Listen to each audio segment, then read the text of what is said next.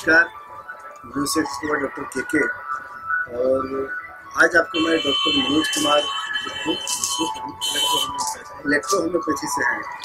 और आजकल के समाज में जो मांसाहारी जो हर कोई जिसको देखो मांसाहार का सेवन करता है, तो मांसाहार खाने से क्या आपके बॉडी पे आपके शरीर पे साइड इफेक्ट हो रहा है, मैं इसी सिलसिले में डॉक्टर मनोज जी से बात करना चाहता हूँ और जो विस्तृत जानकारी आपको देंगे, जो आप सिर्फ इनके विचार सुन करके आप अपने शरीर में अगर किसी भी प्रकार की जो प्रॉब्लम्स है, बीमारियां हैं, तो उसे आप खुद अपना इलाज कर सकते हैं।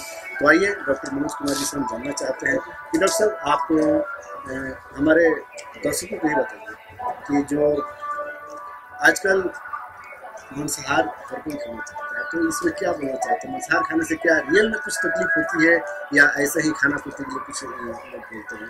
आप हमारे दर्शकों को कुछ ये जो मांसाहार और शाकाहार की जो समस्या है,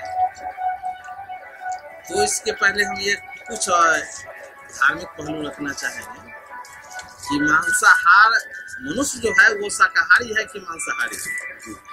मनुष्य जन्म से ही शाकाहारी है और शाकाहारी होने का प्रमाण है कि जो मांसाहारी के लिए जो दांत होता है या कच्चा मांस खा करके मांसाहारी जीव स्वतः पचा लेता है, तो इसमें ऐसा होता है कि मांस खा लिया, मांस खाने के बाद कच्चा मांस खा लेगा तो पचेगा नहीं। इसके लिए मांस को क्या करता है, बर्तन में उसको उबाल करके रंग बिरंगे मसाला दे करके बना करके टेस्टी बना कर खाता है।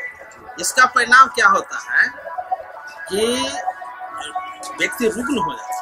और रुग्ण कैसे होता है, तो कहने का अर्थ यह है कि जो मनुष्य के शरीर में एसिड और बेस का जो रेशियो है वह 20, 20 और 80 होना चाहिए। एसिड 20% और बेस 80%। तो इसमें मांस जो खाता है उसमें मांस जो है वो भी एसिडिक है, उसमें मसाला जो पड़ता है वो एसिडिक है, तेल पड़ता है वो एसिडिक है, मिर्चाई एसिडिक है, जितना भी पदार्थ है सब के सब एसिडिक है। और यह खाने से मनुष्य के शरीर में शरीर का जो रक्त है वह एक्सेस एसिडिक हो जाता है। जब एक्सेस एसिडिक हो जाएगा तो उसका जो बैलेंस जो है, पीएच वैल्यू जो है 20 और 80 का, वो खत्म हो जाएगा। खत्म हो जाने के बाद क्या होगा कि व्यक्ति रुग्ण हो जाएगा। रुग्ण हो जाने में क्या क्या हो सकता है, तो उसमें है कि किसी भी प्रकार की वायरल इन्फेक्शन है, तो वायरल इन्फेक्शन वायरस का विकास जो है, रहने का घर जो है वो आपको वही है एसिडिक मीडियम। एसिडिक मीडियम अगर है तो उसी में वायरल का विकास हो सकता है। अगर एसिडिक मीडियम अगर नहीं है तो वायरस रहेगा क्या? नहीं रहेगा। तो भोजन जो करता है, जैसे शराब पीना या आपको जितने मांस मछली है कि नहीं, ये सब जो वस्तु है वो खाने के बाद रक्त एसिडिक हो जाएगा। और जितने भी वायरल इन्फेक्शन है, जैसे कि हेपेटाइटिस बी हुआ या हेपेटाइटिस ABC कोई भी हुआ, कैंसर हुआ, HIV हुआ, मैंने तो देखा हूँ कि HIV के जो रोगी मेरे यहाँ ट्रीटमेंट कराने के लिए आए और उसका CD4 मान लिया जाए कि 840 है और एक दिन शराब पीने के बाद 500 पर चला या नीचे घट गया। तो शराब एसिडिक है, एसिडिक में जो ही एसिडिक हुआ, शराब पिया तो उसका CD4 नीचे हो गया। क्यों? कि उसका रक्त जो है एसिडिक हो गया, वायरल इन्फेक्शन बढ़ गया। तो कैंसर के वायरस जो है वह वायरल इन्फेक्शन में आता है।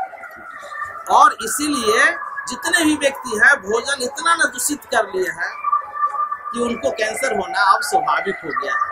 दूसरे पक्ष हम ये रखते हैं कि मान लीजिए कि हम कैंसर की दवाई चलाते हैं और भोजन शुद्ध नहीं करते हैं, एसिड और बेस का जो अनुपात है वह 20 और 80 का मेंटेन नहीं करते हैं, तो किसी भी दवा से दुनिया में कैंसर ठीक नहीं हो सकता।